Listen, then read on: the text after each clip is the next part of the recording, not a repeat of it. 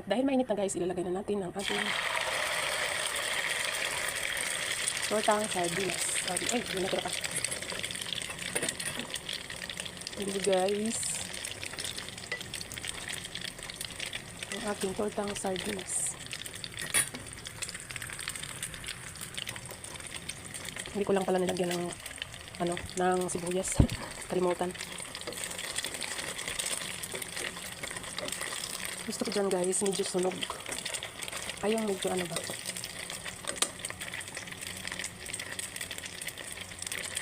Hindi naman sunog na sunog. Ang tama lang.